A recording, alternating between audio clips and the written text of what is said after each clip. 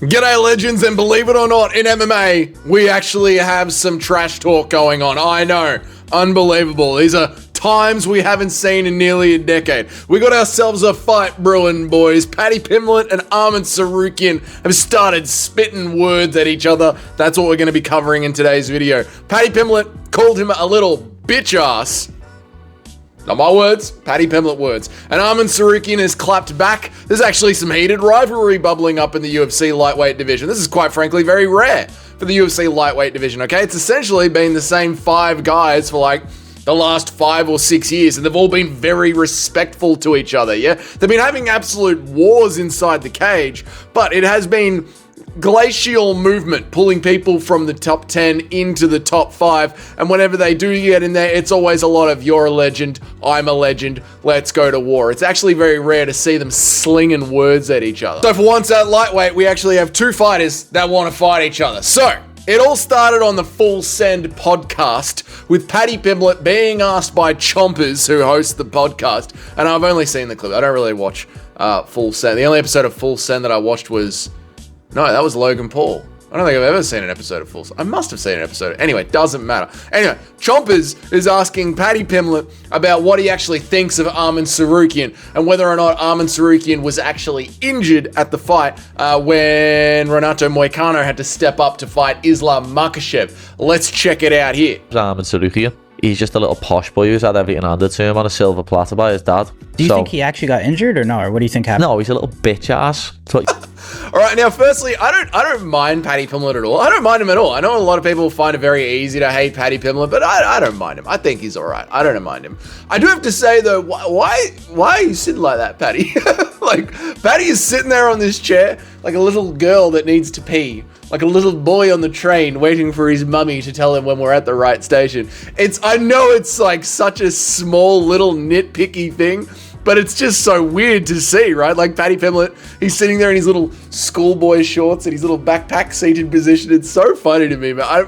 It makes it very hard to be intimidating when you're sitting there with your hands and legs crossed in a very petite, feminine position, like a lady at the races watching the horses go by. Oh, Arman Tsarukyan, that little bitch boy. It's just so weird to see. Paddy Pimblett's feminine seating positions aside, the actual content here, what is Paddy Pimblett actually saying?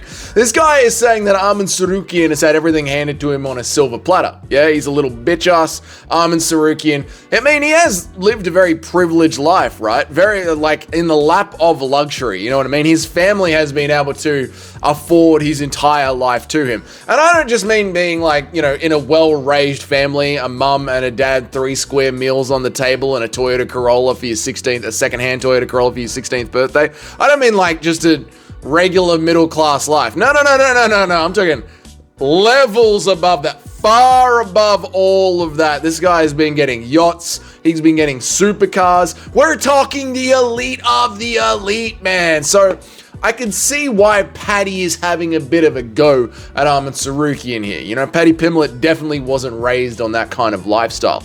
But to use the words handed everything from Paddy Pimblett, interesting turn of phrase. Now, while Paddy Pimblett has certainly not been handed the life luxuries that Arman Tsarukyan has been handed, Paddy Pimblett has been handed his ranking in the UFC. We could say that fairly safely. I mean, he was handed the Jared Gordon win. Yeah, he was handed the Tony Ferguson fight. He was handed the Bobby Green fight. Like, you've been handed your lightweight career, essentially, Paddy. Yeah, so to say that he's the one that is scared because he's been handed everything, coming from the guy that's been handed everything within the company, is a bit grating. Do you think happened? No, he's a little bitch ass. That's what you are, Arman. Little boy. I was confused too because, yeah, we had him on the pod that week too, and then, I don't know, he was doing videos too with Nina drama. He was like wrestling and shit. Yeah. And then he was doing them videos where he flips forward on his neck. Right. And then he's saying that he's got a bad back. And the host of Full Send, bloody Chompers over there, he's right, yeah? He is as confused as all of us when it comes to Arman Tsarukyan. When it comes to Arman Tsarukyan saying that he was injured, and then Arman Tsarukyan, you know, he releases a videos a couple of days before the Islam Makhachev fight where he's doing these strange, weird neck contortions, these wrestling stretches that he does, these back contortions. And even more so a couple of weeks after the fight, after he pulls out, more videos of him doing the same stretching, saying that his back is on the mend, and he's even willing to step up on short notice to fight Justin Gaethje. It does make the whole "I was terribly injured and I can't fight this title fight" narrative very hard for the general audience to believe. You know, you were doing weird things with your back before, the fight shows up, you pull out, you're injured, you're doing weird things with your back afterwards, and you're willing to step up on short notice. Makes us want to sit back and go, I am yet to be 100% convinced that you were actually injured going into that fight, Arman Tsarukyan. Neck. Right. And then he's saying that he's got a bad back. Dana said, didn't he? It was like Dana shot him down in that interview. I was like, whoa, that's heavy, that. You don't want the boss saying that about you. But because he got asked, didn't he, is Arman still number one? Right. And he was like, no, he's going to have to go back to the drawing board. Yeah. He basically said that like doctors come out and Heather, the best masseuse in the PI, come out and they never said to him, you can't fight. He decided he's not going to fight. So basically, Arman, you shit your pants. Know what I mean? That's what you did. You farted and followed through and had shit coming down your leg. So there's confusion, right? Paddy's confused, Chompers is confused, I'm confused. There's a lot of confusion here. Now, there is obviously two narratives when it comes to the MMA community. You know, there's the Ariel Helwani, MMA Joey, hate everything the UFC does narrative. And then, of course, there's the Michael Bisping shill narrative. So I'm going to do something very rare on the internet. I'm going to provide you with some nuance, a little bit of give and take, a little bit of the middle ground, okay? Dana White wants the fighters to fight no matter what. True. They want the card to go ahead no matter what. But the doctors behind the stage, behind the scenes, by the commission, they're not run by the UFC, okay? They're completely separate. They're run by the states. They're run by the sporting commissions. And they will tell the fighters, in fact, to sometimes work with the UFC to pull fighters from the card, to pull fighters out of their fights because the fighters are injured. For example, just this week, Trevor Peake has been pulled out of his upcoming fight because of an injury that he sustained at the UFC PI. The UFC knew about it, they want him to heal up, they don't want him to fight, they want him to recover, so he has been pulled. Dan Hooker, everybody knew about it, the doctors knew about it, the UFC knew about it, Dan Hooker wanted to keep fighting, the UFC said no, we'll work something out down the line for you. They pulled that fight from the card. Tony Ferguson, right? You guys could say, oh, well, that was, there was weeks and weeks to organize everything. Tony Ferguson on April Fool's Day blows his kneecap out. Everybody knows about it. He gets pulled for the card. Yeah, and the UFC, everyone knows about this. Everyone knows about it. So if a fighter is obviously injured, the UFC are quite happily to work with the commission and pull the fight. In fact, for the Moicano one where Moicano had to step in, they even went ahead and paid Beneil Dariush's full paycheck. So the UFC, they're not a bag of pricks all the time. They're quite happy to work with the fighters, yeah? But then there's also the other time where sometimes the fighters, they want to keep fighting, yeah? The UFC wants to keep the show rolling, and they don't mind as long as the show goes on.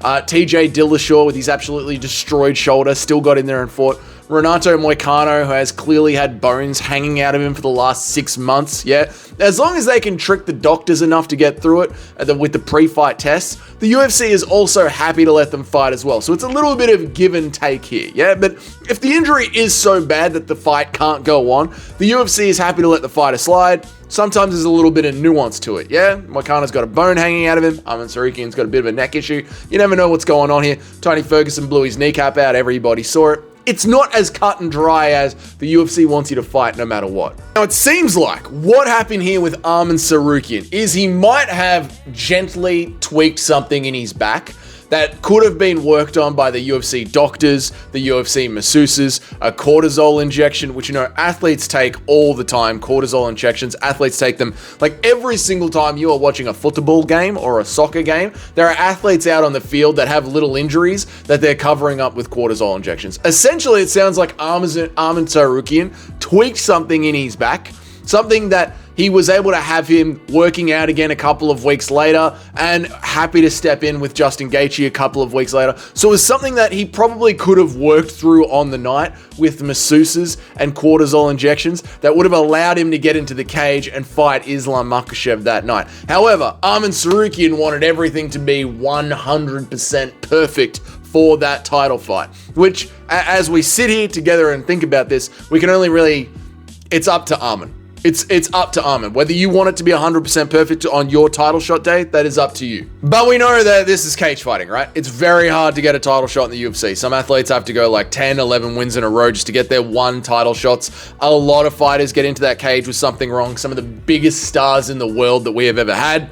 Conor McGregor, when he won his interim belt, had a torn MCL. If you want glory, you got to be willing to step up and take it. Yeah, if you want to be patient and wait for your moment to get it 100% right, you want to sit on the sidelines, you want to wait, you want to allow the division to keep ticking, allow the clock to keep ticking, that is up to you. That's up to you, Arman. That's up to you. But it does sound like there was a decision made by Arman Tsarukyan to be like, things weren't 100% perfect, I am not going to step up and reach for glory. And other fighters have chosen to step up. Alex Pereira's entire career last year. Alex Pereira's entire timeline last year, 2024, was him stepping up and reaching for glory while he was injured.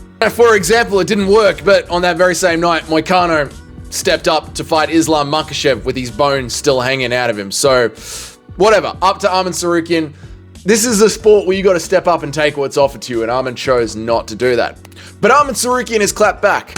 He says the guy who got the easiest path to the top in the UFC just because he got a funny accent and a budget Beatles haircut. I dare you to call me out if you win. We will see who will shit his pants in the octagon when we meet, you clown. Boys, if Paddy Pimblett beats Michael Chandler, could we see a Paddy Pimblett versus Arman fight? I think we could. I think there's a good chance that we see that. I think there's a very, very good chance we see Paddy Pimblett versus Arman Tsarukyan. I think it's going to be Ilya versus Charles Oliveira for the interim number one, or number one, depending on what happens with JDM versus Bilal. If Bilal wins, we're getting Islam versus Gaethje, Ilya versus Oliveira, number one contender shot. If JDM wins, Islam Makhachev is moving up. We're getting Ilya versus Oliveira, vacant or interim title fight. That's what's happening there. While that happens, there's a good chance that we get Paddy Pimblett versus Arman Tsarukyan for a number 2 contenders fight. As Dana White says, we are just going to have to say who's injured, see how things play out. We're going to have to see how all the pieces move around here. We'll sit down with the matchmakers on Tuesday. But that seems to be what's going on. But it's good to see a little bit of back and forth between Paddy Pimblett and Arman Tsarukyan. Paddy Pimblett has set himself up really nicely here if he gets past Michael Chandler. He's been shit-talking with Arman. He's been shit-talking with Ilya. He's been shit-talking. Paddy Pimblett's been shit-talking. And it's great. That's it, boys. That's today's video. If you're new here, welcome. My name's Dougie. I make an MMA video every day of the week, Monday through Friday, and I live stream at least 3 times a week. If you want to know when all that happens, hit that subscription button down there. If you like this video, give it a like. If you're already on board with the channel, you're already subscribed, please like the video. And if you're one of the paying members of the channel, thank you so much. Your names are up on the next slide. Until then, you guys have a great day. See you in the next one. Bye.